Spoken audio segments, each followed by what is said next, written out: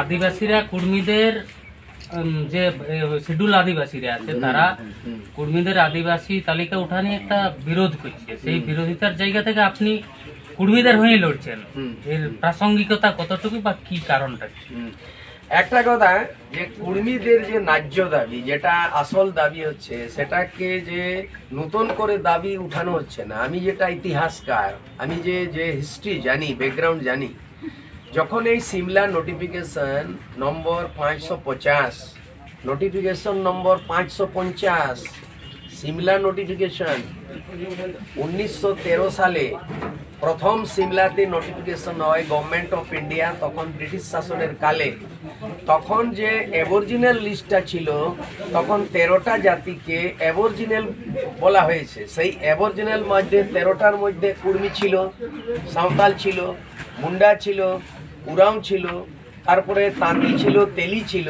কিন্তু এখনকার দিনে 1931 পর্যন্ত সেটাকে আবার যেন ডিলিট করে দিয়েছে, এবং ছটনাপুর টেন্ডেন্সি অ্যাক্টে ওখানে মেনশন এখনো আছে কুর্মীদের অনেক কিছু আছে, ওরা অ্যাবরিজিনাল। কুর্মী আদিবাসী এর প্রমাণ আবার কমিটি অন ঝাড়খণ্ড ম্যাটার্স দিয়েছে। ঝাড়খণ্ড বিষয়ক সমিতি যখন আমার নেতৃত্বে আইসু একটা উগ্র আন্দোলন হলো 1989-এ প্রথম বার্তা, আর সেই বার্তাতে তখন শৈলেন্দ্র মাহাতো, শিবু সোরেন, জেএমএম-এর সুরজ মন্ডল, স্টেফেন মারান্ডি, এই তাম মানে একটা রামদেয়াল মুন্ডা সবাই মিলে যখন দিল্লিতে ভারত সরকার একটা কমিটি গঠন করলেন, সেই কমিটিতে বৃহৎ ঝাড়খণ্ডের দৌরা হলো, যেখানে জ্যোতি বসুর সঙ্গে আমরা 1989-এ রাইটার্স বিল্ডিংয়ে আমি নিজে কোশ্চেন করেছি। জ্যোতিবাবু ছিলেন মুখ্যমন্ত্রী, আর আমি বাংলাতে প্রশ্ন করেছি, বাংলায় বলছিলেন না তখন, তো তখনই বলেছি, বলছে না এখানে ঝাড়খণ্ড হবে না, এখানে আদিবাসী 13% আছে, আর এখানে অনেক এডুকেটেড, কোনো এখানে দরকার নাই, 5th শিডিউল নেই আপনার, এখানে 6th শিডিউল নেই, ঝাড়খণ্ড কেন হবে না, এটা আমাদের দাবি। তো জ্যোতি বসুর সঙ্গে আমি আর্গুমেন্ট করেছি তখন রাইটার্স বিল্ডিংয়ে, আমি তখন দিলাম, তখন চিফ মিনিস্টার ছিলেন। তো তেমনই সেই রিপোর্টে লেখা আছে কি কুর্মী আর আদিবাসী, but they are not schedule. এই অর্থটা অনেক বড় জিনিস। কুর্মী অ্যাকচুয়ালি আদিবাসী, কিন্তু আদিবাসী সূচিতে সূচিবদ্ধ নেই। এই জিনিসটা ভারত সরকারের রিপোর্টে তৈরি হয়েছে, এটা কম নাই, অনেক বড় তথ্য আছে এখানে।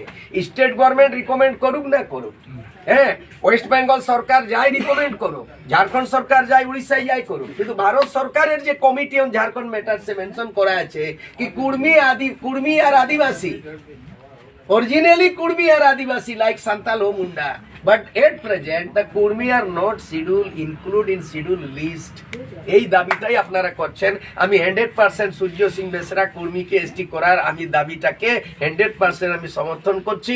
নট অনলি সমর্থন, তার জন্য লিড দরকার। আপনারা যে প্রস্তাব নিয়েছেন কি যে লড়াইটা পার্লামেন্টে আওয়াজ ভয়েস দরকার, আমি আপনাদের প্রস্তাবটা মেনে আপনারা আজকে বরণ করেছেন, হ্যাঁ, এবং 33 নম্বর পার্লামেন্ট ঝাড়গ্রাম থেকে রিজার্ভ সিট থেকে সূর্য সিং বেসরা আপনাদের সমর্থনে যখন প্রার্থী হয়ে আসব, তখন আমার একটাই জিনিস হবে যে গ্রেটার ঝাড়খণ্ডের কথার দাবি তুলব, এবং তার সঙ্গে কুর্মী যে এসটি ছিল 1913 নোটিফিকেশন, আর আবার সেই এসটির সূচিতে করা যাক, সেই দাবির আমায় 1 নম্বর মুদ্রা থাকবে, কুর্মীকে রিশিডিউলিং করা যাক, কুর্মীকে আবার আদিবাসী সূচিতে সামিল করা।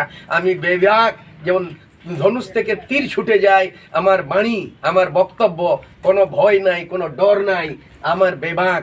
আমি আদিবাসী হয়েও কুর্মী যেহেতু আদিবাসী আমার বন্ধু, আর মাঝি মাহাতো ভাই ভাইয়ের স্লোগান দেখেছি, আদিবাসী মূলবাসীর ভাই ভাই বলেছি, আর সেইটা আমি অটল হয়ে থাকবো।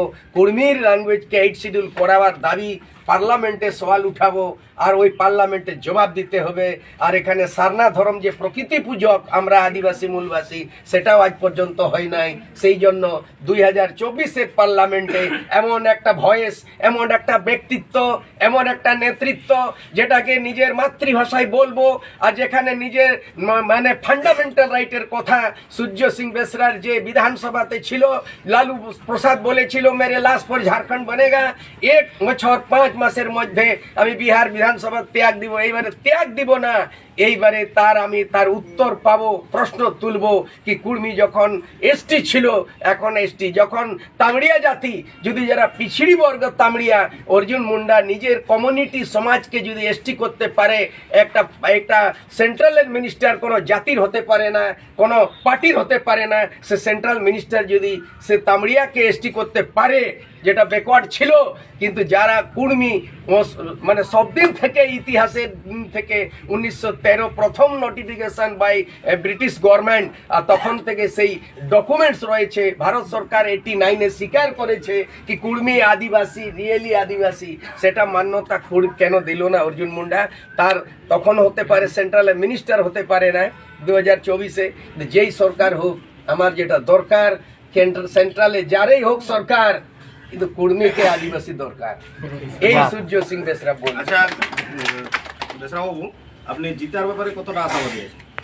নেই, মনের মানুষের মন জিতানোই বড় জিনিস। ছলবল কৌশলে লোক ভোট জিতে, দল বদল করে, কিন্তু যার দিল বদল হয় না, দল বদল করে নেতা, আর মানুষের দিল বদল কোনোদিন হয় নাই। মানুষের দিলে, মনের মধ্যে, মনের মস্তিষ্কে যখন বেসরার বিচার ঢুকে যাবে, তো বিচারেই এমন জিনিস, বিচার থেকেই স্বামী বিবেকানন্দর পরিচয়, বিচার থেকেই মহাত্মা গান্ধীর পরিচয়, আর বিচার থেকেই কার্ল মার্কসের পরিচয়, আর বিচারেই রেভলিউশন এনেছে। সেই জন্য আমি যেটা জানি, the education with character and politics with ideology সবাই ছড়িয়ে দিয়েছে পার্টি লাটি নেতারা নিজের স্বার্থের জন্য। আমাদের আইডিওলজি বৃহৎ ঝাড়খণ্ড, গ্রেটার ঝাড়খণ্ড পরিকল্পিত, এবং আমাদের আদিবাসী মূলবাসী একতাটা ছিল, এখন ভাঙার চেষ্টা হয়েছে। ওই একতাটাকে এক করার আমার উদ্দেশ্য থাকবে, আর কোনোদিন আপোষে হাতাপাই করতে দিব না। আমরা কেন্দ্র সরকার কাছে হিসাব কিতাব সারনা ধরনের নিব, কুর্মীকে এসটি বললো না সেটা লিব, এবং ফিফথ শিডিউল নাই বাঙালি এলাকায় সেটা আমরা লিব, এবং বন জঙ্গলের অধিকার, রাইট টু অনেক কিছু ফরেস্ট রাইট আছে। আমরা আদিবাসী মূলবাসী ঝাড়খণ্ডের পরিচয় নিয়ে যে লড়াই, সেই লড়াই আবার সেই আওয়াজ আবার সেই পার্লামেন্টে তুলবে।